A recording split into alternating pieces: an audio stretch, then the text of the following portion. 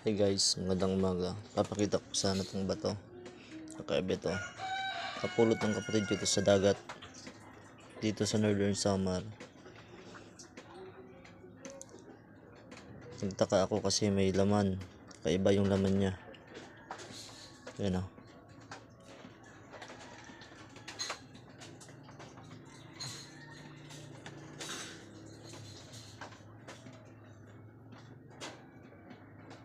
Comment kayo kung anong klaseng bato to. Sa dagat to galing, sa dagat.